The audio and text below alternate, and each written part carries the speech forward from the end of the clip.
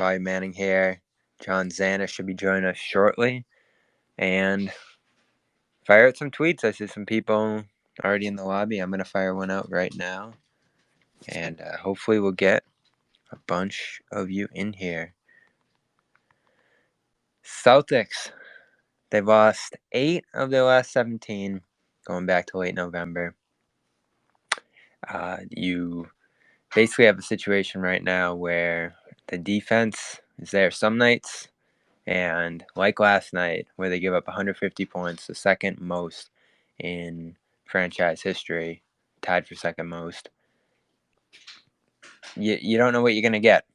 And it's put them in a position now where, as we record this, the Nets are going to play the Bulls tonight, and Brooklyn, with a win, can tie the Celtics for the 1 seed in the East.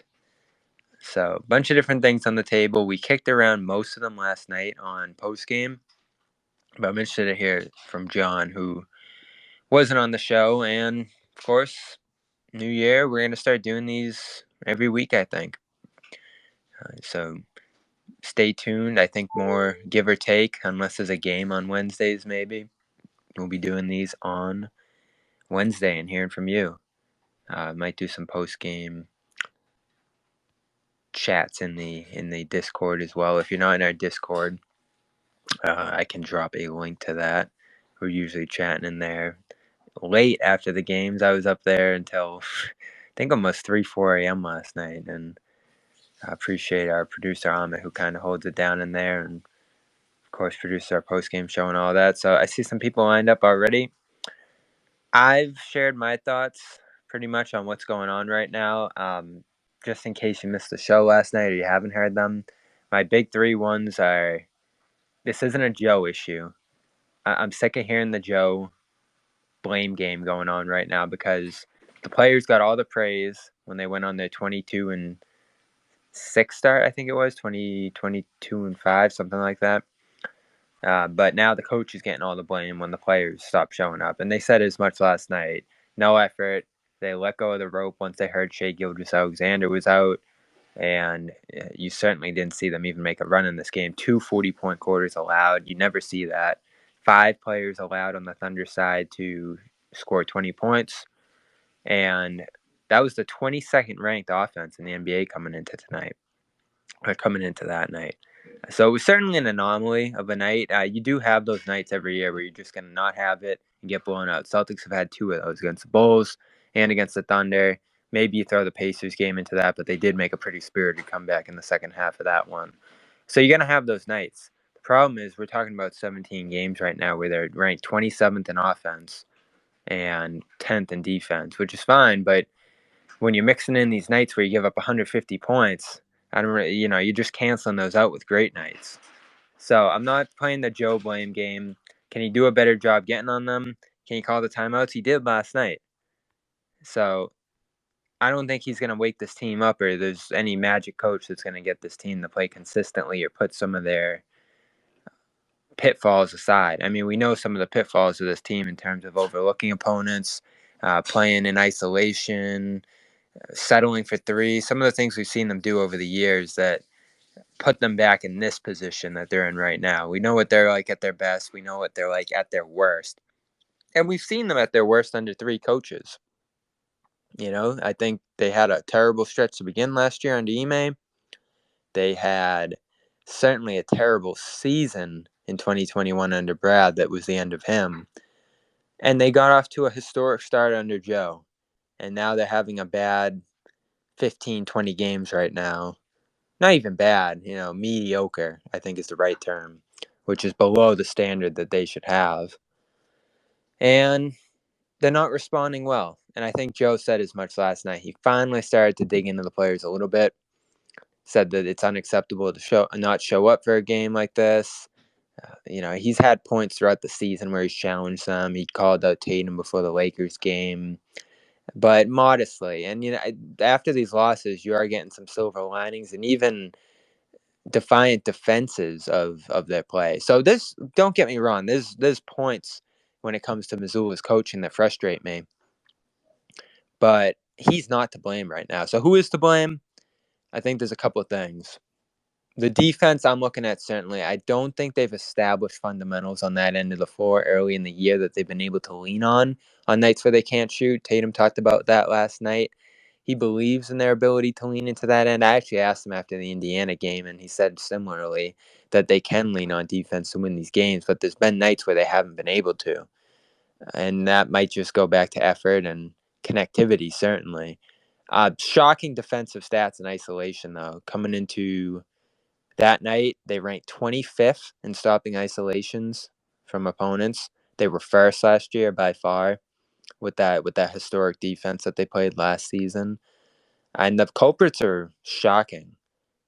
Malcolm Brogdon in the 4th percentile, bottom 5% of isolation defenders this year, giving up 1.39 points per possession. I mean, that's points nearly every time. That's an astonishing number. Jaylen Brown, 1.21. Marcus Smart, the defensive player of the year last year, Marcus Smart is in the bottom 10% of isolation defenders this year. Now, there's context there. These numbers can be wonky in terms of matchup data, but it's telling that these guys are in the bottom 30%. Really across the board on this roster. Even a guy like Al Horford, even a guy like Sam Hauser in that position. So I'm blaming defense first and foremost. And, normally I'm going in on the threes this season. I actually don't think those have been an issue the last couple nights. They've shifted away from them. They've drawn free throws. They've gone to other spots on the floor. They've gotten out in transition recently, Clippers game, Bucks game. So I think they're doing a better job of persevering through that. But to swing it back to the coach, he's telling them going into this game they should have shot more threes against Denver. And I don't think that was the answer that night. They needed to defend. They needed to get downhill, as they did. And I thought Tatum and Brown had good games that night, but they didn't bring anyone along for the ride. And to hit on them, and they do deserve an extra look. I don't think anyone's talking about them right now. But since that November 30th mark that I laid down, they are averaging 6.6 assists per game. That's combined. That's not one of them. That's Brown and Tatum. 6.6 assists per game, 6 turnovers per game. And yeah, we had people in the chat last night going after Smart. Listen, Smart had 2 bad games in a row here, maybe 3 now. I got to look back, but Smart has been phenomenal this year offensively. And I just throw out the defensive stats. I think he could play better on that end. But he's the guy really rallying them right now. He certainly got ejected last night. And I think his play has been about consistent as anyone's up until at least the last couple of games here. Had a rough start too, but in between, I mean, he was making an all-star case for himself. So I'm not going after Smart, not going after Joe. I think Brown and Tatum deserve more of a look here in terms of creating for others and getting guys involved. And the defense, certainly across the board, just hasn't been good enough. I don't care what they're ranked in the league. We're watching every night. And so I don't like hearing Joe defend that group after giving up 150 points. But we will get to you now. That's all I get to say. Hopefully we'll hear from John in just a minute here.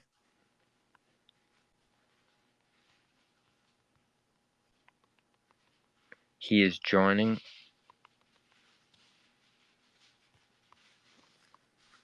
I believe right now.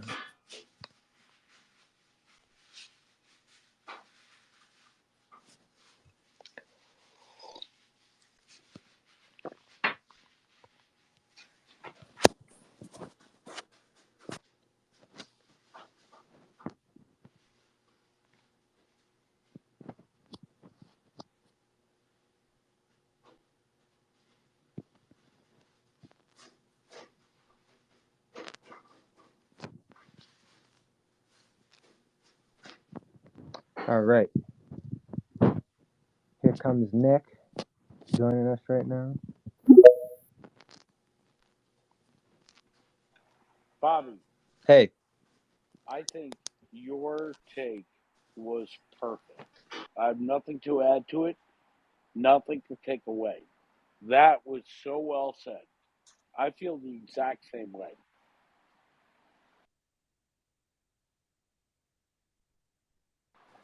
Bobby, Yeah. that's your cue to say thank you for the compliment. Thank you, Nick. Sorry, I'm trying to get John in here right No, now. I was just trying to figure it out. I know, that's why I'm here. But the way you put it is perfect. Effort, And effort, it's so hard for any fan to sit there and watch your team not give effort. But for old school fans, it's like boomer hell. And I know why our fans, Celtics fans, are annoyed, but it's all part of a season. And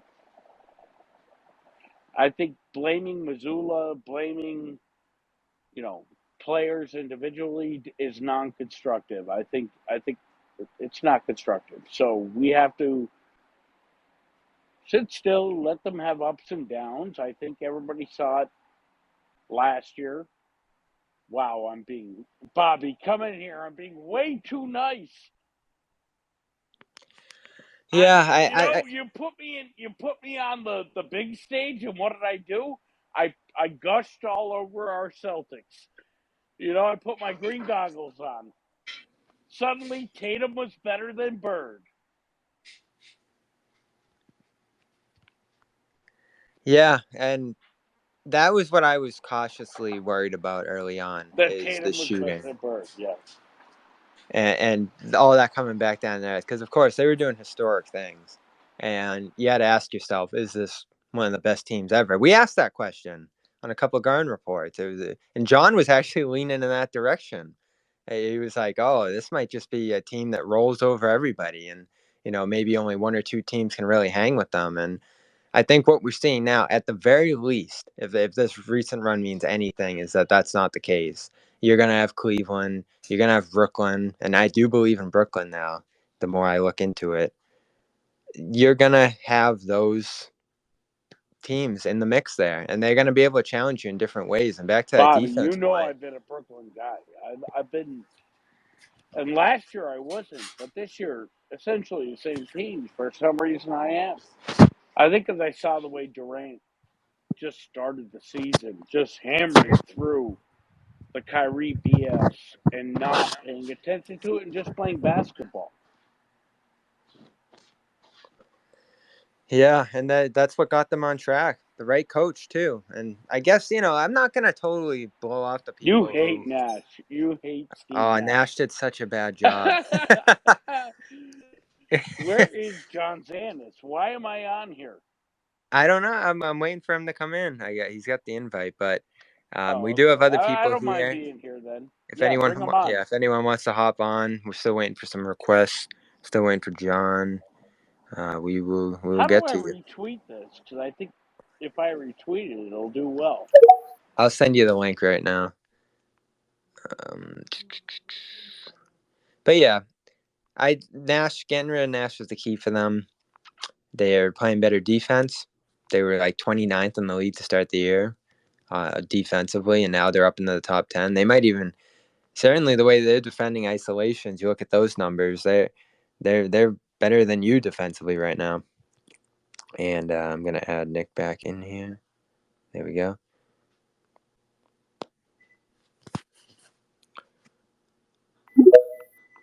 Here, I'm back. All right, I'm sending you the link, Nick. Okay. Um, but yeah, Brooklyn, you're believing?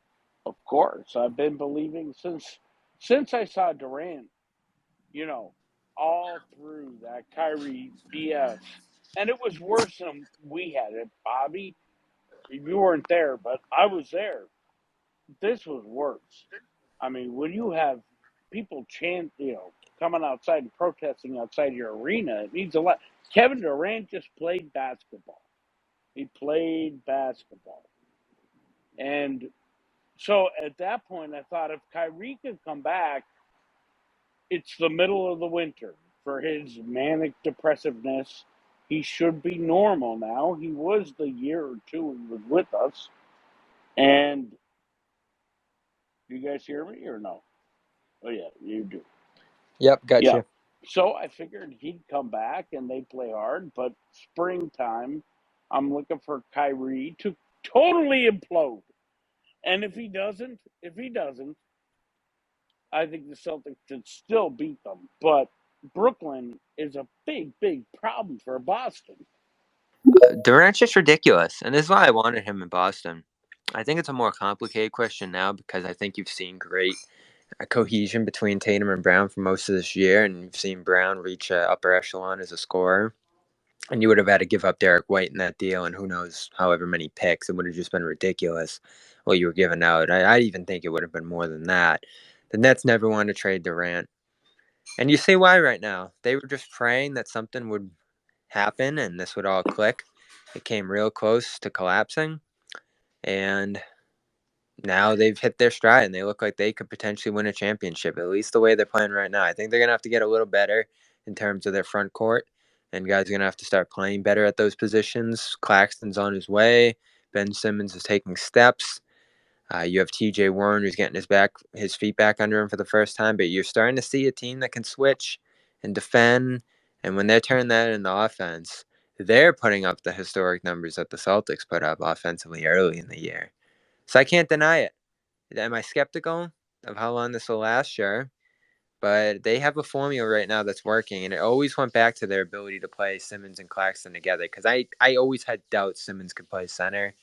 He doesn't have to right now, which is key. And all that firepower offensively around them lets them contend. But we have Uncle Bleed, Javon in here. What's up, Bobby? How you doing? Good to talk to you, man. How are you? I'm good, man. It's always a pleasure. I got to tell you, man, I am vehemently opposed to your position on Joey Mazzulla right now.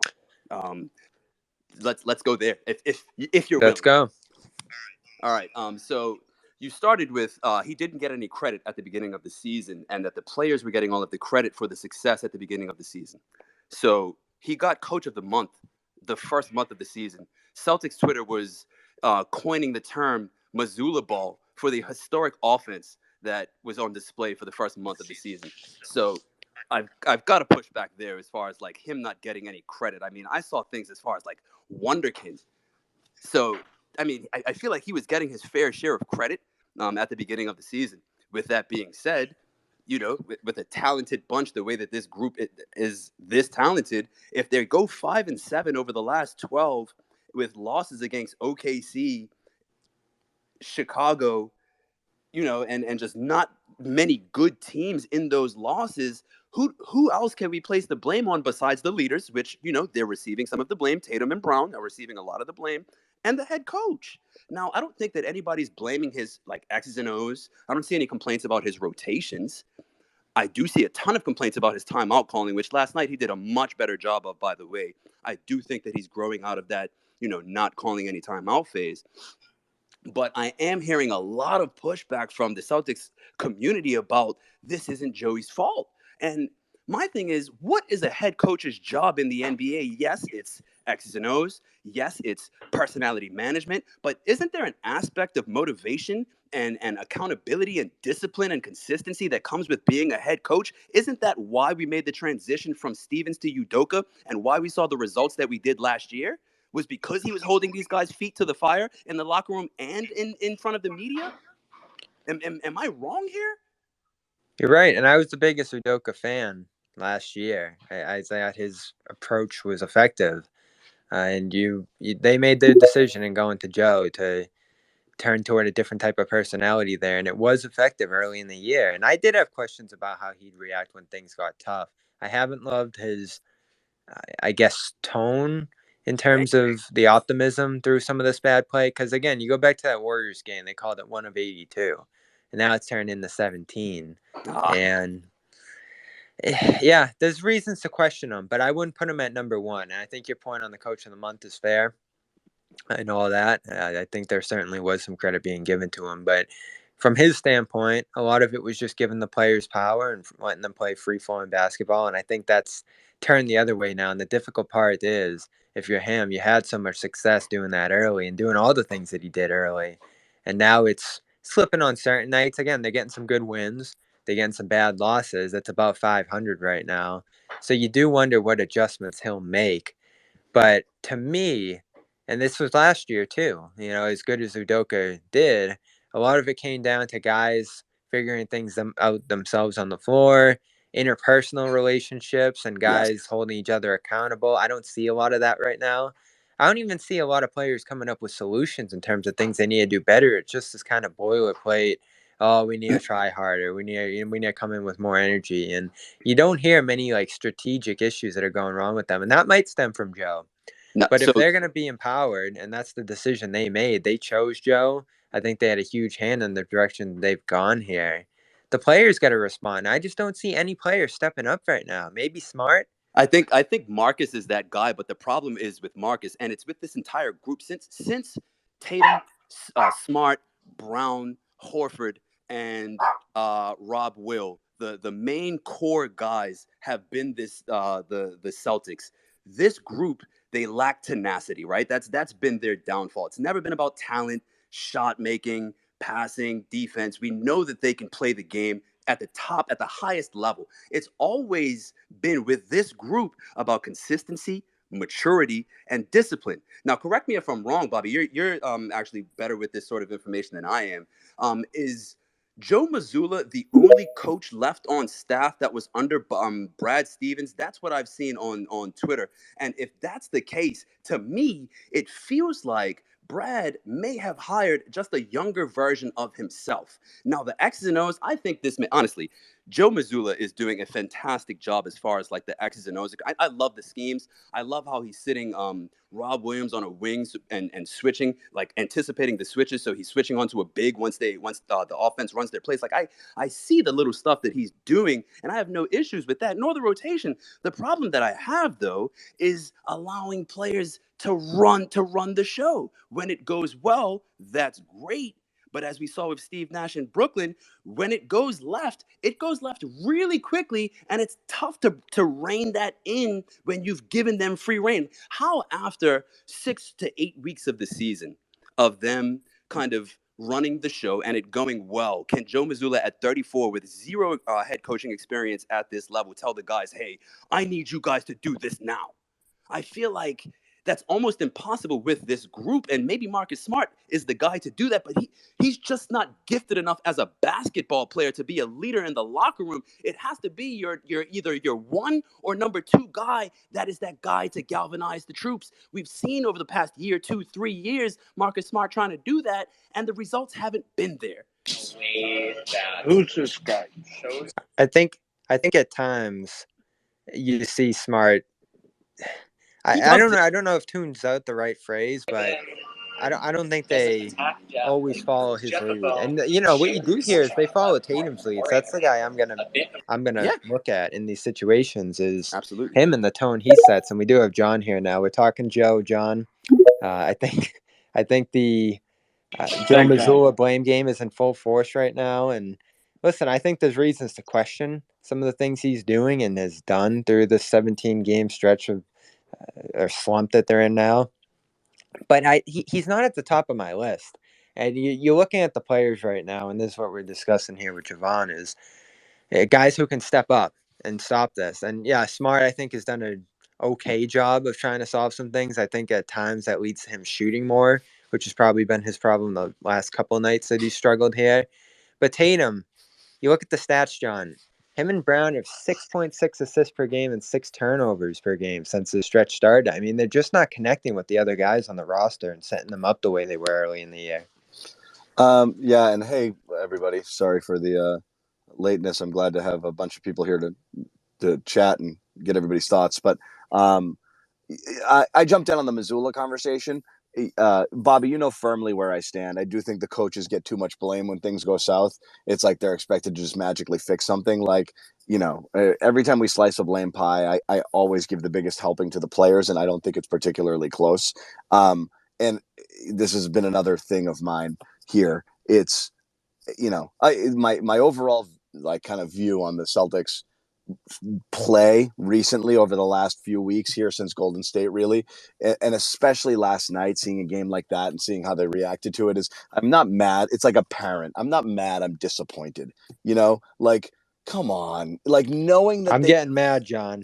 But here's the thing: the reason disappointed is like you want to believe they grew up. Okay, you have an entire fan base who wants to excuse these dips and write them off as kind of like, oh, well, they're still young and they're learning. And I've been saying this for now 2 years, Bobby. At this point, I think it's ridiculous. Like Jaylen Brown and Jason Tatum are 7th and 6th year veterans who've been to 4 and 3 conference finals and an NBA finals, respectively. Okay, Marcus Smart is in his 9th year or whatever. I mean, you have enough. Like, this is a veteran group. I don't care if they're 25 or not, or if they're young in age. These are battle-tested veterans that should be above this sort of stuff. They should be above it, and they're not. And it's Dennis, it's I crazy to me. Yeah.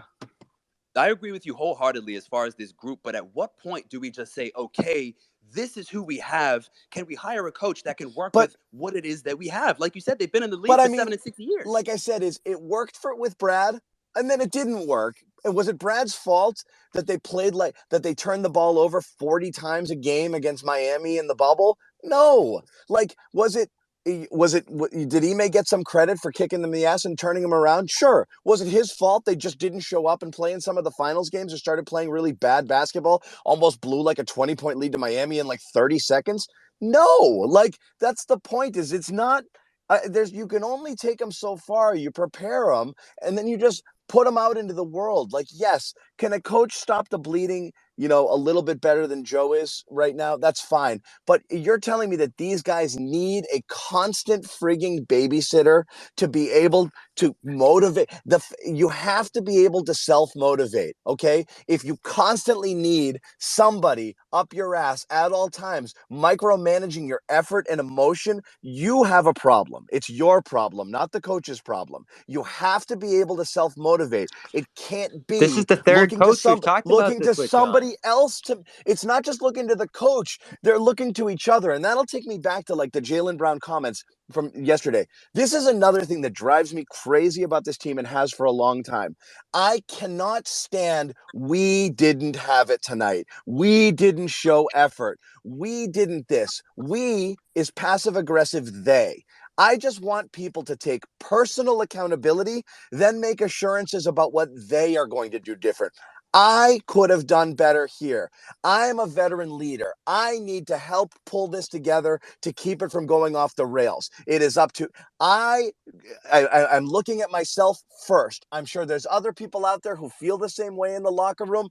I promise I will be better next time. Motivate yourself. Have some friggin' accountability. Don't say things like we weren't helping on defense. You're saying they weren't helping on defense. Just do your job, each of you individually, as these superstars that everybody says that you are, and then let everything else fall where it goes. You think this team going out there with maximum focus and effort could lose to Oklahoma City if they played 100 times, one time even? No. Like, it's embarrassing, and it's embarrassing that we keep coming back to this. Like, I thought this stuff was in the past. Everyone has one game like this, 2 games. Look, you listen to these guys after the game. We had this coming. Like, we've been trending in this direction. This is a trend. They got cocky. They're not showing up every game. They're not showing up possession to possession. They allow themselves to get down when things aren't going well. They're leading with they're trying to lead with their offense by just shooting more threes and hoping they go in, rather than doing what you need to do, which is put in the work, ratchet up the defensive intensity, get some stops to stop the bleeding until your offense gets untracked. But they're not doing that because that's hard, and they're just not willing to do it night in, night out. That's a problem. It's been the same issue for the last 3 or 4 years. We've been having this exact conversation. A lot of teams go through it too. The Celtics are not unique here, but you're starting to question the core and its ability to be able to. Exactly. That's where it comes down to. That's why I'm just saying I'm putting it on the players, not the coach. Could a coach help? Sure. Does Joe need an Ime moment where he goes in and tells them they're playing like assholes, or starts calling them out publicly? Maybe, but that just might make us feel better, not necessarily help with the players. So again, this core has been dealing with this exact same issue for the past 3 or 4 years. And I agree with everything that you're saying. At what point do we just draw the line in the sand and say that this is who they are? This is what we are working with. We know that. Now let's put the proper pieces around them to have them succeed as that. And I think that's exactly what Ime Udoka was last year. He wasn't great with the X's and O's. We made it all the way to the finals inconsistently, immaturity, and all of that. But we still had the talent, and he was still holding their feet to the fire. And in the finals, you saw with the talent, we ran through game 1, lost a game 2, won a game 3, fantastic, and no adjustments were made as far as X's and O's are concerned. Now, if we can combine Ime with Joey, we can get the X's and O's, and we can get the disciplinarian that they need, and then we've got everything that we need to win a championship. I just think that it is a exercise in futility to think that these guys are going to change their personality overnight. We've been waiting for this for 3 or 4 years now. When do we just say this is who they are? That's the biggest question. They are who they are. That's the thing. Yeah. That's where we wrestle. And Bobby, I'll let you go here, but that's what we wrestle with. Is it's almost like not having an argument with one another here. And there seems to be people here who are willing to accept that, or at least the ones in the stage right now talking, that they might be who they are. And not every team is perfect, and you will have flaws, and you have to address those flaws or live with them and just hope for the best, which is where most teams reside. Which is, we're not perfect, but if X, Y, and Z, such and such, we should be fine. But it's almost like every argument is like a referendum on Celtics fans who think that these guys are flawless and they're fine, and look at this and the best record in X, Y, and Z. Like, that's all good. But sometimes one loss speaks volumes in a way that 10 wins do not. Okay? And it says something about them and who they are. And I think that's the worry. That's what we were like entering the playoffs, Bobby. And you know what I was like? I'm like, I have to believe what the results are telling me, but something worries me that this team can turn back into itself, into the worst version of itself at any point in time. And that's what's hard for me to totally sell out. And I kind of sort of put that on the back burner this year and did believe it because I thought they learned something and I thought they had evolved. And that's why I go back to the disappointed, not angry. I'm like, sigh, here they are again. But Bobby, what were you going to say? I'm sorry, I jumped in. Well, that's why I wasn't too concerned about Joe coming in, or, I had questions, but no matter who the coach was this year, they were going to have to figure out the different things we talk about with them in terms of their mental toughness, their ability to facilitate for each other, play together offensively, all the different things we've questioned for 3-4 years now. And so you look at what's going on now. We saw it under Udoka. We were sitting here 1 year ago. We were probably in spaces 1 year ago, this exact moment, saying, man, is Ime the right guy? Like, we did this 3 different times now, and it's the same core. I think this core has shown that they can win a championship together, but they have their lapses constantly. And this is why even that one loss to the Warriors, you look at that and you went, oh, geez, this looked like last year. And the way they reacted to that, I think, I did, and I got killed for it. 17 games. Yeah. And this is, and here is what concerns me about Joe. His reaction to it, even last night. I don't know if you caught the presser, John. Again, defending their defense. Oh, we're top 5 until the night. Like, that's what you say after you give up 150. I haven't heard him nitpick the defense or say one thing they can get better on that end. And you're right, John. That might just make us feel better about them. Him, blasting them or criticizing them or saying something that they need to do better. He seems opposed to that for some reason or another here. But I do think there's a parallel. And we talked about this with Steve Nash. Never had a ton to say publicly. And, he was probably saying some things behind the scenes that we didn't hear or see. But do you think Joe behind the scenes is really that much different from what we see publicly in the media? I can't imagine so. No. I know he called out Tatum before the Lakers game, but other than that, I think he's just kind of even-keeled, let the thing roll, and, maybe he'll step up and speak every once in a while and just kind of let the players have the room. So what really worries me moving forward, even if this, because the Celtics aren't going to play this bad for the rest of the season. Let's be honest here, right? Their floor is probably like a 3 or a 4 seed. Their ceiling is running away with the rest of the regular season, right? So we all know that they're a very good basketball team. I don't think that that's in question. However, when we get to the playoffs, and there are things that are happening between the lines. Let's say we're in a fourth quarter. Marcus Smart is playing really poorly, and Joe Mazzulla needs to pull him out of the game for Brogdon and maybe a game 6, an elimination game. Does Joe Mazzulla have the cojones to pull Marcus Smart in an elimination game with 3 minutes left to put Brogdon in because Marcus Smart is having a bad game? Like you just said, Bobby, I think he's very even-keeled. I worry about his mousy demeanor. I think that the difference between him as far as like a cultural thing, like Ime came across as like this big grizzly bear. Now, don't get me wrong. I have plenty of bad stuff to say about Ime Udoka too. He was not a perfect coach by any means. All I'm saying is I'm worried about what I see coming in the playoffs, which is Joe's ability to tell the guys, the leaders of this team, hey, I need you to sit down, or I need you to shut up, or I need you to do this in the playoffs when it really matters. Because what I've seen from him so far on the sidelines, he doesn't strike me as that kind of guy. And I think the kind of guy that the Celtics need on that sideline is a guy that can say, sit your behind down, shut up, and do this. I'm pulling you because you're missing your defensive assignments. And to piggyback on what you just said, Bobby, as far as him not nitpicking on defense, that to me is insane. There are clear miscommunications on defense. The kid, oh my God, Isaiah Joe just ran down the middle of the floor like 3 times for wide open dunks on coast-to-coast drives. It's insane to me. Pick up the ball. This is like pee-wee basketball stuff that we're missing. So for him to not talk about just missing defensive stuff is insane to me. It's insane. Yes. Yeah, I don't know why he's completely opposed to calling them out. Like he never does. The last night he like bordered on it, but after 150 again, I points just against don't. the Thunder, you It's would think that'd be the philosophical. time. Some coaches do it, some don't. And Yeah. again, I really do want to separate what works with the players from what the fans and the media seem to demand. And I'll use, Ime as one example. And there's some people who suggested that stuff didn't sit great. I'll use another one in a cross sports reference. Bruce Cassidy, the Bruins media was shocked and apoplectic when Cassidy was let go. Never saw it coming. And there's stories behind the scenes that, like, again, not everything is completely out in the open, but it really does feel like not only did they not like being called out, it led to a flat out mutiny that went from this guy basically about to be extended to looking for work. That's how quickly it flipped. I don't want to play for this asshole anymore. So that stuff does not always work at all. It doesn't work. It doesn't. And we've seen I how think there were some thin-skinned they struggles are. with this We've group. seen Yeah. how little Jalen likes getting called out by Marcus, or a couple of times when Ime said something about turnovers, he's like, yeah, well, everyone else was turning it over too.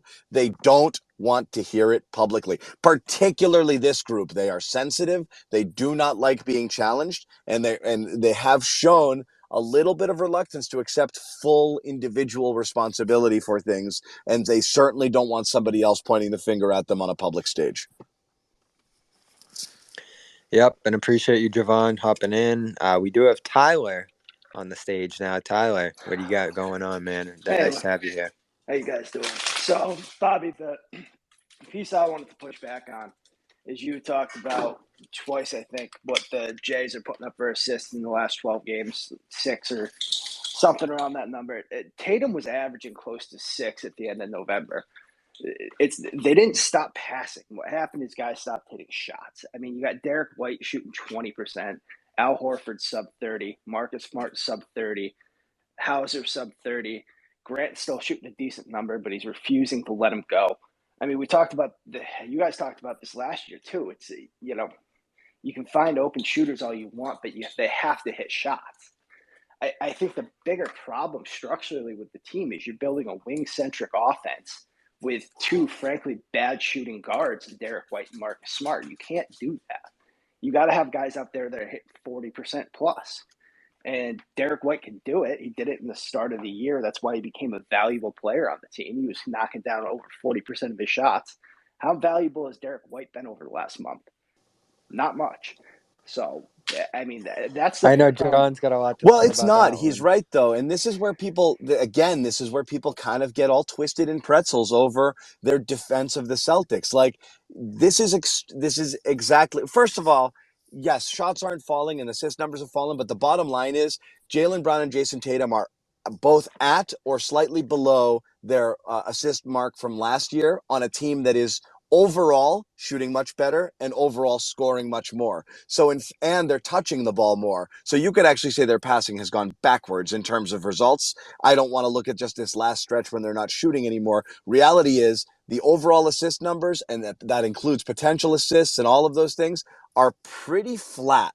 And when you adjusted for the increase in scoring, it's actually less than it was last year. So that's the reality. That's who they are. And this is a reality of this team. And this is why everyone gets so defensive about things like they need a true point guard. And then Marcus Smart makes a good pass or has an 8-assist game. And everyone's like, that's my guy. Yeah, sure, Marcus can pass, but there's more to it than that. There's no gravity to any of the guards. And the two best players of your team are both guys who are wing players, and they don't have the ball in their hands all the time. When they do, it's to score, not to make their teammates better. So you can't pull people out of slumps when you're Tatum and Brown.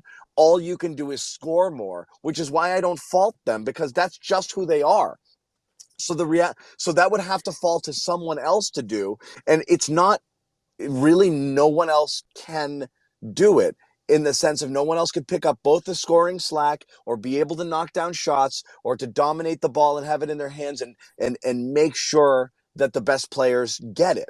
And that's when you go through stretches like this, it becomes really evident that they're lacking something. It's not just, well, the shots aren't falling. It's the construction of the team. When your guards are neither ones who create gravity because they're a threat to score from various places on the court, and your wing players and your two best players are not facilitators, you're just left with a bunch of guys chucking shots and hoping this is the night they go in. And when it doesn't, when you go through stretches like this, it just looks really freaking ugly.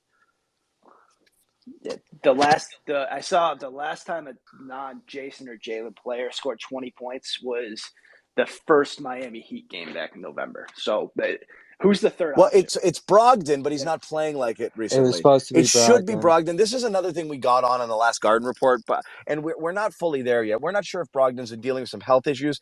If I'm gonna take it back to the Missoula thing. If there's one thing I think Missoula might be struggling with right now, and the thing I was most worried about, is kind of bucking convention and doing things based on what he thinks would fit, not worrying about ruffling feathers, veterans, roles, X, Y, and Z.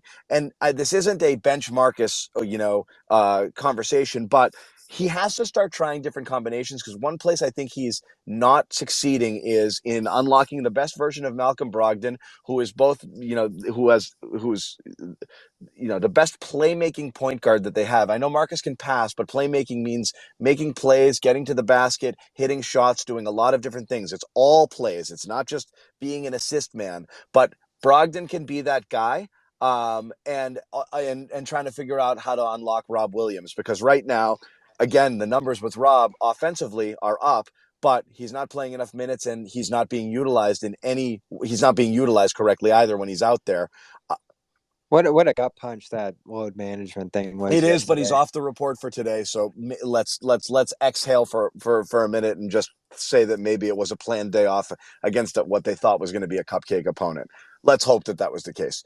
But those two things, I think this is where you could look at Joe and say, is he going to have the guts to shake things up, to move things around, to change the starting lineup, to change the closing lineup, to try different combinations? Not because he's certain, or not because he thinks somebody else isn't, playing well. We just got to try something different, because right now the combinations and the rotations we're playing aren't working.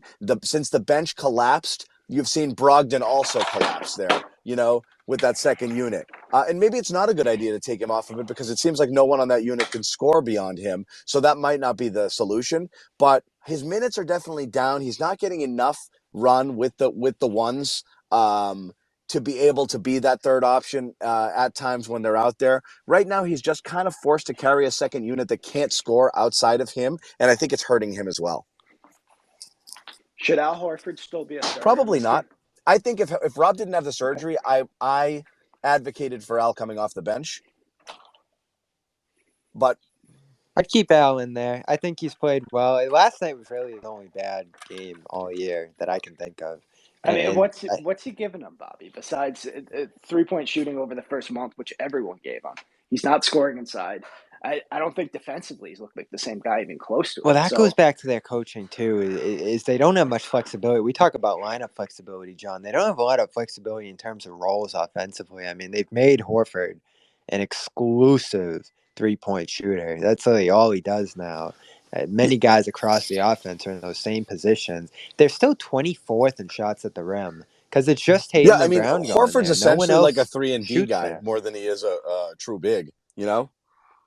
Yeah. And so I think you need a switching out there to be successful. You can probably play Rob with the starters more. I agree with you, John. There's some room for experimentation here. I mean, what else is the regular season Sure. for? We don't care if they lose some games Especially right if you're now trying losing to them do not that. doing that. Like it's exactly that. The goal is to find the right But this goes combos. back to the ruffling feathers thing. Like, can they bench Horford? I don't think they need to move Smart to the bench. That's not really a question right now. But if they did on a given night, I don't think he feels empowered to do that. Brogdon, I don't know what they're going to do there. I like the bench role he's in. That's where he's found success. But there might be a case of White keeps struggling to move Brogdon next to Smart and move White to the bench. I don't think that's a bold thing. And they're still limiting Brogdon's minutes, which I don't get either. If we want to link that to what's going on with Rob too, They are. the messaging with those two guys just doesn't really line But up you may also consistently have to me. adjust a couple of different things. And again, I think this is where the hot start kind of came back to burn him. It's not just rotations; it is style and tactics. Like you had whip the ball around, get good movement. Any open shot is a good shot. Well, that's not true. An open shot is not a good shot if you can work for a better shot later in the possession. So because they were hitting so And they're right, not they're doing not that doing right that now. as much because they kind of got used to the shots going in. And if the philosophy is going to be an open shot, why were those shots falling? I don't know. But why were they open? Because teams figured out last year, and I think all of this year, the way you defend the Celtics is you try to put more attention on Brown and Tatum and force the other guys to shoot. They want, again, I know Grant is an exception here, but they'd still rather Grant shooting. They certainly want Derek White, Marcus Smart, Al Horford. I think defense has figured that They out with know them. they're forcing that. And in the beginning, it was going in. It was like, look at this magic. They're working the ball so well, getting these open shots. Now they're getting some open shots and they're not falling, which is again why an open shot is not necessarily always a good shot because. Again, they're as our speaker kind of pointed out here, they're not good shooters. It's not. I know everyone wants to will it so, but the bottom line is Smart, White, and Horford are all below league average career from the 3-point line. They are. They're just below league average shooters. So that's who you want taking it. If Tatum and Brown are hitting 70% of the rim and 70% from the rim, and Brown's hitting 55, 60% from mid range, those become better shots than guys shooting 31% from three. I'm sorry, the math no longer works out. And again, no one, every day we're around these guys, John, no one's talking about alternatives. It's like, keep shooting. Oh, turn up the effort. Like you said, oh, we gotta do better. We gotta show up more. The excuses are the cop outs that they're throwing out there. This latest one, it's the second time they've said this last night. Jay King wrote this in The Athletic last night. They're taking opponents' best shots. Oh, Oh, when give me a these teams play freaking other guys. break No, with that. oh my, it's the dumbest excuse We I've gotta ever be ready to heard. take other people's. They're freaking defending conference champs, man. Like, what do you think is? I mean, God, it's ridiculous. I've never heard anything like, oh, when the Thunder play the Pistons, they don't Yeah, play it's like almost that. like woe is me. It's a really strange attitude to take. But like as I said, it's that passive aggressive stuff of we got to do better, we got to this, we got to that. That stuff drives me insane. There's some tension in there right now, and I'm really not getting a feel for what's going on in terms, because I just sense I don't have any certain answer on this, but I just sense something's a little off in there. I mean, you're not showing up to multiple games right now within the last 2 weeks. The Pacers one and the Thunder one now. Period. You lose those two Magic ones back to back. There's just sort of blank stares last night. No one really talking to one another and trying to like fire each other up and get through this. Smart gets ejected last night complaining. And it just feels weird right now. And my senses went up after that 3-game losing streak against those bad teams right there. Even after that Clippers loss out west and that big collapse against the Lakers, I mean, that should be on their loss list right now, too, over the last couple of weeks here. There's just been a lot of weird stuff going on with this group. And there's certainly been injuries and illness and this and that mixed in, too. But it just doesn't look the same. It doesn't feel the same. I don't like how they sound right now. And who knows? They might just go out and blow out the Mavericks. It's kind of been up, down right now. They have those 2 great wins over the Clippers and Bucks during this stretch as well. We know that they're still in that mix at the top of the league of teams that could win the championship. But you see Mitchell scoring 71. You see the Nets extending it to 12 straight, probably 13 straight tonight once we get off of here. It's a lot more level of a playing field than we were looking at. We're about to get out of here unless anyone else wants to jump in real quick. We got a couple of minutes left to go here. But John, are you starting to think of trades? Are you starting to think of moves that could potentially help this group I right now? always think the idea of leave it alone is silly to me. You don't have the perfect team. You should always be looking to explore trades. You should always be looking to explore trades for anyone. That being said, like, it's got to make a difference. You're not going to make a desperation trade. The reason teams like the Celtics don't make trades is because you don't gamble. The reason a team in the position the Celtics in doesn't make a trade, you don't gamble or risk something this late, when you're this good, and when you basically could keep the status quo and contend for a title, unless you're pretty sure you're getting something for pennies on the dollar and all it's costing you is either draft capital or salary. You're taking on extra salary. Those are the 2 types of moves you can make. So then it just comes down to who the sellers are. If there are sellers out there and you want to keep kicking it down the road and throw more draft picks at it or use Gallinari's salary, that's fine.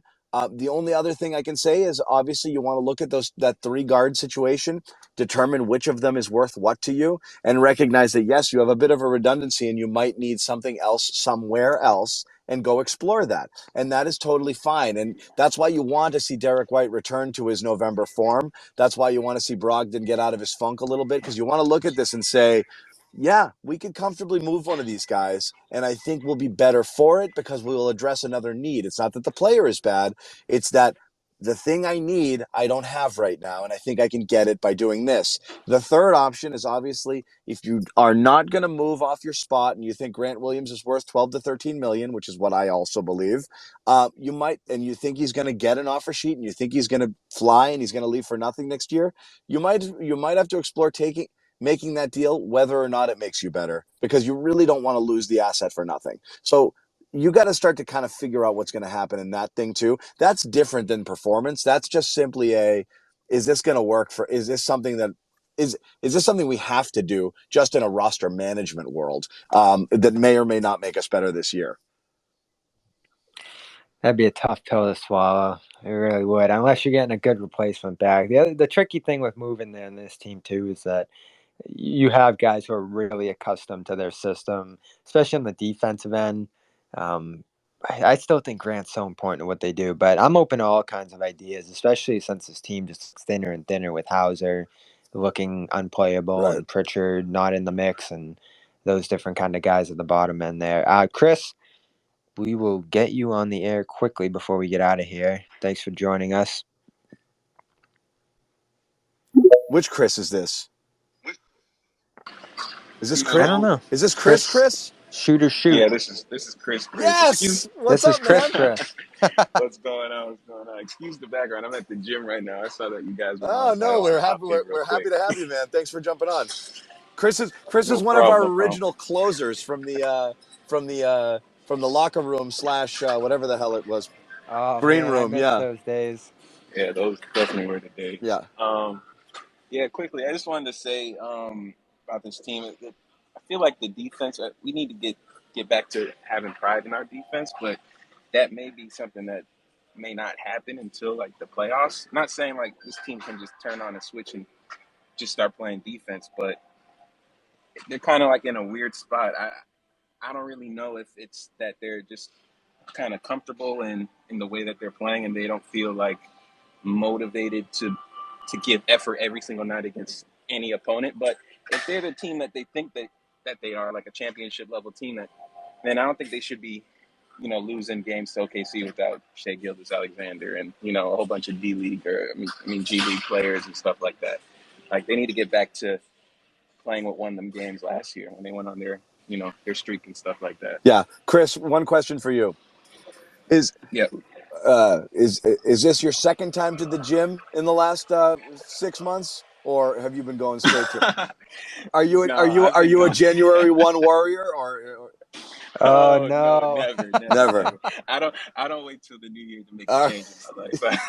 if anyone's seen that, This is the yeah. worst time. This is the worst time of the year for the people who Oh, it's go the all worst. Yeah, year. Did exactly. It's anybody see that horrible. Equinox ad?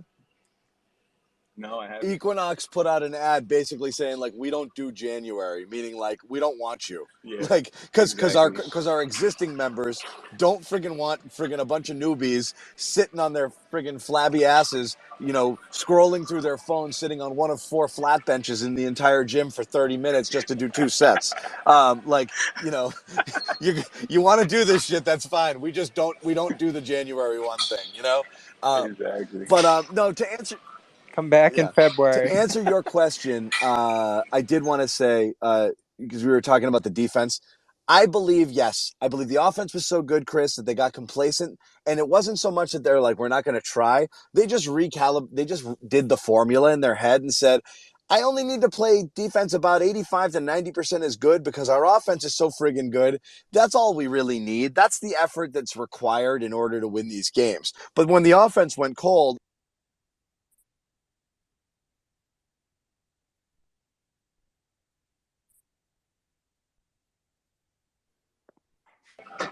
Oop. Oops, that was me. I think John Sorry, I is think still you're good speaking. now, John. hey, sorry, no problem. I don't know where I got cut off, but the offense was great, so they didn't play as much defense. I do think I agree with you, Chris. They got complacent, and then now when the offense goes cold, they're just not playing defense consistently. I still think defense is a choice. They have the bones of a really good defensive team if they want it. It's just they have to commit to it, and they have to, like I said, it takes work. Winning games with defense is hard. Why were they loving what Joe was doing early in the season? It's much more fun to friggin' shoot the ball and play offense than it is to like bear down and win games entirely with your switching D. It takes a lot of energy. It takes a lot of focus. So what they need to do is like the next game they need to come out and not be like, I'm going to shoot the crap out of this ball tonight. Is they just got to win a couple games with defense just to prove to themselves that they can. And then that's got to be their fallback when things aren't going great. That was one of the hallmarks of last year's team. They could never fall too far behind. No team, no matter how, but you'd see 23% shooting percentage from 3 in the first half and they'd be 6 down. And we'd be like, oh, those poor bastards, because the Celtics D kept them in it. And eventually they would, they'd put it together. They're not doing that right now. I think it's a choice. I think they're just, yeah, it's more fun to just shoot the ball and let's just see if we can shoot our way out of this slump. And it's just not happening. Yeah, real quick, I wanted to get you guys' opinion on when we played the Warriors in December. What did you think of the team's body language against them? Bobby? Bobby's on mute, and I'm not sure if. Oh, there you go. You got it. I haven't loved the body language going back a Ever. little while now. Again, you would see. I think there were points last year where you would see guys in the huddle sort of making a statement, or Smart would be getting on guys, or Horford would be making an impassion, and you'll still see Horford do it in the huddle from time to time. He may certainly would have his moments last year, but vocally last month or so here that we're talking about, I just don't hear much pleas or rallies or anything like that in terms of trying to get these guys going. Tatum, I gave Tatum a lot of credit early in the year for the way he kind of uplifted guys lower on the roster, talked about things that they need to do better, and just sort of was kind of that vocal leader of the team. I haven't heard him a ton. I know he talked last night, or after Yeah, Denver, I rather. specifically remember moments last year when we like give up a big lead or whatever. Tatum would just go to the bench, slam a chair or do Or the something bike. like to get these guys exactly right. He'd be on the or bike, or the yeah. bike. At least he doesn't do that anymore. Yeah, I don't hear anybody, It's not. John. I It's just not don't. just that. That's the problem. You're two frigging leaders. Meaning the best players on the team like to talk like this, and this is kind of as much energy as they're going to generate, and that's not really going to motivate people. Like you can't be that way. You got to be in people's. You got to have a voice. You got to speak. speak up a little bit. I mean, look, let's go back to the beginning of last year. What was the story that I thought defined the first half of the season? None of these friggin' guys wanted to be captain. Like, that blew my mind. Ime's like, I think it's important. Ime basically was like, I'm going to pick more than one captain because I want to empower my best players. I'm talking to you two, Tatum and Brown, to lead. And they were both like, yeah, captain's stupid. Nobody needs captains. It doesn't matter. Even if I have it, I'm not going to act any different. He's like, all right, fuck it. I'm not going to do it. So he didn't. So you just don't have that. And I always have said that that's a problem, is that they get a little bit like nobody can do it.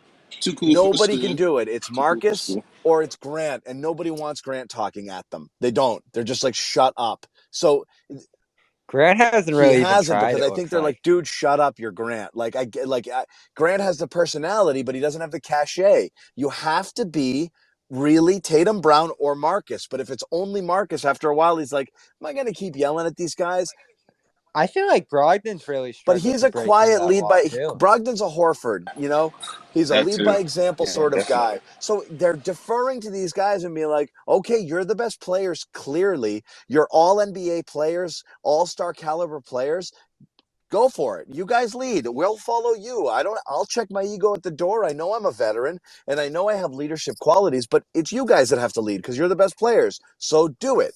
And I don't know that they do, not in a way that's going to inspire or motivate people. And I think Tatum's been much better this year, but I just don't like the friggin' flail the arms. My shots didn't fall, yada, yada.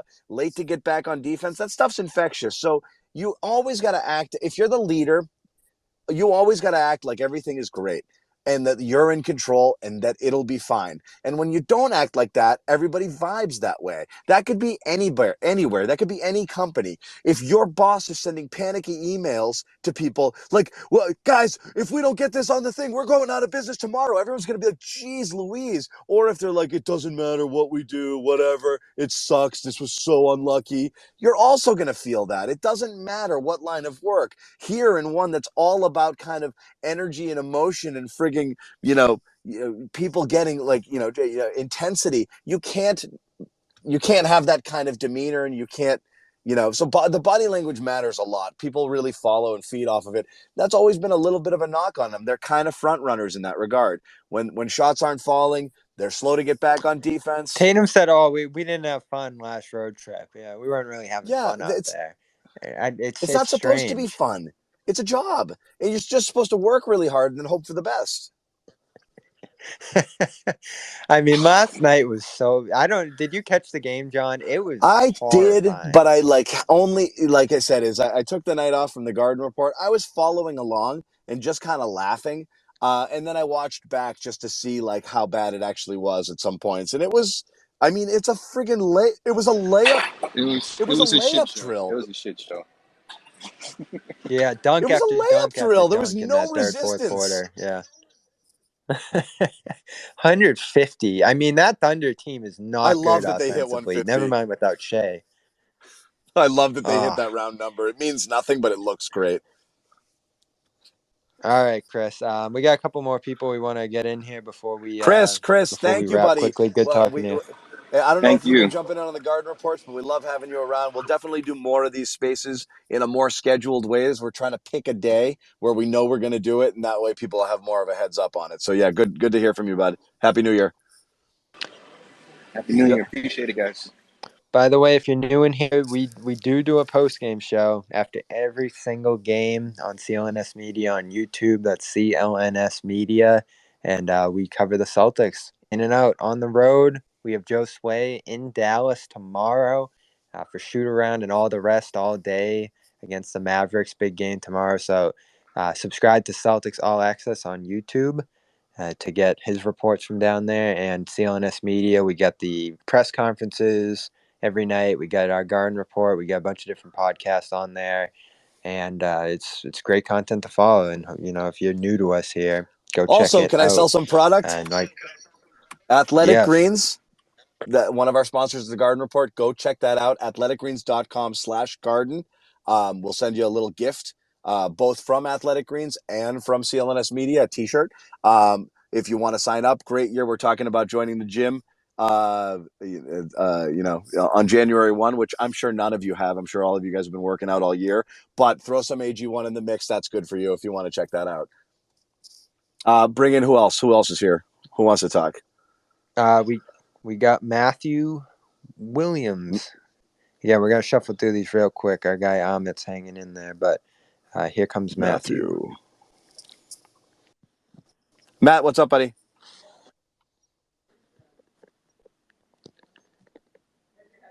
Stage fright. Hey, y'all. Bobby, hook him. Matt, we got you. Come on in. Nope, he's here. What's up, bud? This is Matt from Dallas. I just wanted to say you guys are amazing for the fandom for the Celtics, and y'all are a class act. And I was just wondering, how do you think tomorrow's game will go? Or I'm sorry, the Dallas game. Luka. I wouldn't be stunned if they come out and Luka play buzzer amazing, beater? John. That's just how it goes with them. based on past experience, Luka hits some sort of ridiculous shot at the buzzer. They played them well last time, right? If I remember, Celtics. They did. They really beat them it was like a wall-to-wall win. That was an interesting one. That was they really beat them up good. That was back when no one could touch this team. It's unbelievable. We were really asking, is this the Warriors that we're looking at? 2019. And it's not going to be that. I don't think. I think they've come down to earth enough shooting. Is it a national? Is it a national game? Yeah, then they'll play well. I honestly do. I honestly like. I hate to kind of label them as this type of team, but I mean they're big time at this point. They're a friggin' national TV team. They know they're a show. They know people are gunning for them, and they do have a tough time getting up for the OKCs, the non-SGA OKCs of the world. But it's Luka. Tatum's going to be looking over there. Tatum went from frigging prohibitive MVP favorite like 2 weeks ago to third or fourth in a couple of weeks. Yeah, he's not the MVP because Luka's just been phenomenal, and obviously Jokic is just a triple-double machine right now. But Luka's nuts. So I think the Celtics. I think they show out for this because they know who's on the other side, and they don't want. Last thing the Celtics want, last thing those guys want, is Luka to drop a 50 burger on them on national TV. I just don't think that's going to happen, especially coming off of this game. I feel like this, and I think Rob is back. They've already released the injury report. There's no limitations. Nobody. So I think that they're going to be fine in this game. I actually expect if I were a betting man, I'd go hard on the Celtics here. Wait, let me ask my Dallas man. What are you thinking for the game? You're a Celtics fan in Dallas, or did you boot him, Bobby? I think we lost him. Yeah. We do have a couple more people to pull in here, though. What did Luka put up 42 in that last game? I didn't realize that against the Celtics. Yeah, he got his. No one else did, though. That's how it goes for that Dallas team. Carrie, you're on with us. She was waiting a while, maybe. Fell asleep at the mic. All right, we'll pull Matthew back in real quick on that Dallas question. Yeah, Matthew, what's up? There he is. I'm sorry, what was the question? Just you asked me the question. What are your thoughts? You're a Celtics fan in Dallas, is that right? Yes, I've lived in Dallas my whole life. Parents are from the New England area, so I've grown up with a Tom Brady jersey on my whole life. And so, what are your thoughts on the game? I'm sure you're seeing tons of Mavs stuff out there, just being out there. But I'm still Celtics in this one. Luka, I think Luka is by far the best offensive player for his age. And if the Mavs were any better, more people would realize that. But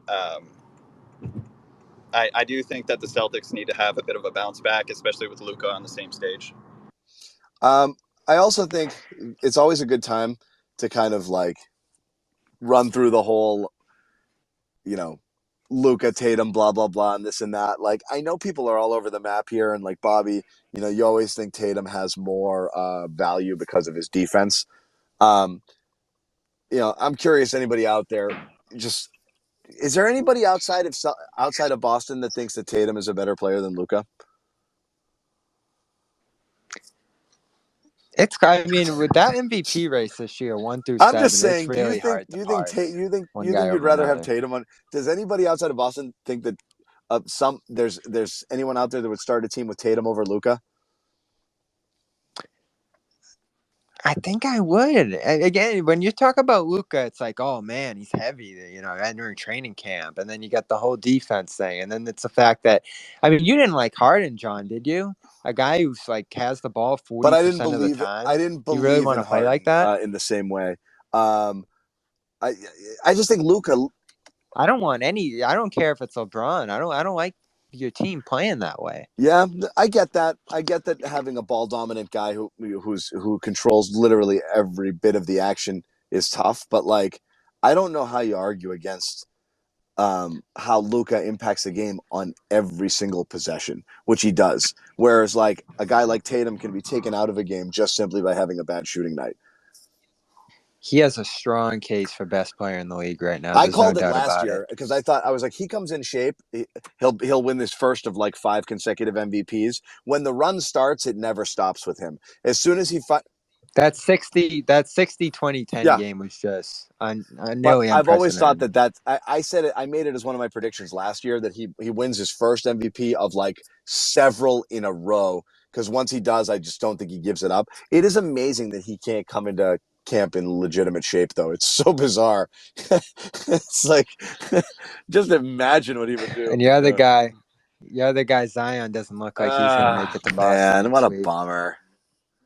It's just gonna be like that. If I could, Curry looks like he'll be back for the Celtics Warriors game in a couple weeks. So I was just gonna we'll see somebody on this say real run. quick, if I could, my biggest complaint about Luka by comparison to Tatum is the product that is produced whenever you run the offense around Luka it is kind of boring to watch, and I that's my only complaint about the style of which Luka plays. It's not the most aesthetically pleasing. Yeah, I get it. I do think though that you can that it's again when the thing is though when the game's on the line or when there's critical moments, having a player like Luka that you're just going to put the ball in his hands and let him figure it out is something that neither Celtic star can give you.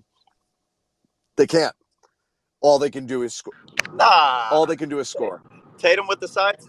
That's what I'm saying. Is all they can do is score. That's again. I say this with the understanding that scoring is by far the most valuable skill in the game, and those who can do it and create on their own are way more valuable than those who cannot. What I'm saying is Luka can do a million different things, whereas Tatum. What are you going to get? You're going to get a step back. You're going to get you're going to get him setting up a guy and getting a shot. Where I think Tatum's come a long way in terms of controlling the game. He might not be getting a million assists, but he's setting the table. I mean, a lot again, of the I time. always say this, but it's not all about assists. But if we're gonna talk about assists, it's again look at the top 20 scorers in the NBA and see who the guys with the guys who have the ball in their hands the most and take the most shots and score the most points, and then look at the assist numbers. And the last 2 guys among those top 20 are Tatum and Brown, and that includes a couple of bigs. It just is what it is. Like you just have to kind of get past this notion that these guys are are passers or facilitators. Again, a guy like Luka or Jokic and the amount of things that he can put into play when you get the ball in his hands and the amount of things that he's going to do are just there's so many options versus I'm just going to try to score, which again is great. And it's like that's what Kevin Durant does, and he's friggin' awesome at it. But again, I look at a guy like Luka, and I'm like, he literally he I affects love Luka. he affects every The single Jokic thing, possession. I was never the biggest. I was never the biggest Jokic guy, but the last 3 games or so I've watched of him, it's impossible to knock him. Like he's given the effort Impossible. defensively. He's hitting his threes. He's every angle that we talked about after that Nuggets game. He's just got every angle on every play. He's in full control. Everything. He's huge, so he's physically He's 10 steps ahead. imposing. He just sees And everything. Yeah. yeah, if they want to give him that 3rd straight MVP, it's going to be hard to argue if he keeps going at this rate. And they look dangerous now. They really do. That was my Denver, pick for the West, coming out of the West. No one wants to see him I get think you the got to throw third them in the MVP mix. though. They don't. I think he won't get it because of MVP fatigue and the fact that there's so many other candidates here. At this point, again, Well, you think the voters go off I, numbers more than ever because the numbers are hard to the argue numbers are hard to against. argue against, but I do think you do get fatigue, and Luka when he's and So who's the it's favorite Luka right right now? now. But also, Luka? it's silly now because it really does the pack really starts. People start to separate from the pack much later in the year. So who it is now doesn't matter. Yeah. But you have, I'd say, 5 or 6 legit candidates right now, and that includes Luka, Jokic, Tatum, Embiid, Giannis, and Durant. That's 6, and Curry would have been in there too if he didn't get hurt. So that's 6 and 7 if Curry was playing, guys who are actually playing at an MVP caliber. Like last year, we lost our minds that 3 guys were deserving. There might be 7 guys deserving this year. It'll be a really interesting vote if it holds up. Bobby, I got to bounce. If there are people still on here, we got to push it the next time. I apologize unless you want to hold down the fort, but I have to sign off. Thank you guys for listening. I don't know, Bobby, if you're hanging around. No problem. Thanks for joining us, John. I think I'll All take right. one more here. Guys, thank you. It was a pleasure after chatting with everybody. We'll see you guys on the Garden Report tomorrow. Yep. Like I said, subscribe to the YouTube channel, guys. If you're follow if any you're of new. us here on Twitter too, if you like. That way you know what we're doing and when we're going to go on the air with either Spaces or, obviously our handles are in here. You see mine and Bobby's, but you also see the Celtics CLNS handle. That's usually the best way to get notified when we're going to, about to go on the air. Or going to do something like Spaces that we're going to probably just put the word out on Twitter. Of course, when you subscribe to our YouTube channels, either CLNS Media or the Celtics All Access, you turn on your notifications, you will be notified every time a new video comes up or every time we go live as well. So that's another good way to do that if you're interested in watching our programs. But I'm going to bolt, Bobby. Take care and thanks all. All right. Thanks, John. All right. Last guy we'll talk to here tonight, Arian. Been waiting for a little while. What do you got, Arian? Good to have you on here. Hi, Bobby. What's going on? I love the show, by the way. Love Garden Report. No problem. Thanks, man. Appreciate it. I wanted to talk about sort of a way Missoula could kind of revitalize these guys. And I think the pace and space philosophy, it did pay off earlier in the year, but I think now we're seeing like how disconnected and unfocused they feel at times. So I was thinking maybe a solution could be possibly slowing down the pace and playing bigger like they did last year, especially since Rob's back. Yeah, that's my biggest one right now. And I think it's the easiest adjustment that they can make is going back to that lineup from last year. I think you go double big. I think you lean in the defense. You really give yourself the best chance to dominate on that end. And then it turns into offense. I mean, you look at the offensive rating of that group last year, it was even better than their historic start this year. Now, that was for the entire team, which was just ridiculous shooting that led them there. But defense turned that into offense with the double big lineup, with all that size, adding offensive rebounding too. I mean, this team doesn't offensive rebound at all this year. And I don't think that's crucial. And you're obviously balancing transition defense and offensive rebounding in that spot. But adding that with Rob and Horford out there with him, balancing those guys' minutes, maybe giving each guy a night off when they need it, makes all the sense in the world to me. And I think they're going to do it. I think we'll see that happen here. Maybe as soon as tomorrow. No, I don't have any reporting on that, but I just sense that that's going to be where they pivot to, because White has struggled. Their style, I think, has waned, and they need to adjust, I think, toward a more sustainable style. And it would be a big shift for Joe. I'd give him a lot of credit if he shifts away from the things that he clearly likes to do here, and that might be what prevents him from doing that. But if we're talking about third, fourth best player on the team, obviously Brogdon's your third best scorer in terms of talent, but Rob's your third, fourth best player at worst. So that's where we'll leave it here for today. Thank you, everybody, for joining us again. Subscribe, CLNS Media, Celtics All Access on YouTube. Thanks to Javon, Chris, everybody else who joined, Nick. Thanks to John for joining us. And thank you, Amit, for holding down the back end here as he usually does, and producing everything that we do here on CLNS Media. Shout out to him. Like I said, we'll try to make Wednesday our day, unless there's a game, and maybe we'll move it to Thursday or Tuesday in those cases. But we're back tomorrow, Celtics Mavericks. I believe it's an 8 o'clock tip on TNT, and we'll be live after on Celtics Post Game. Everybody have a good night, and we will see you tomorrow.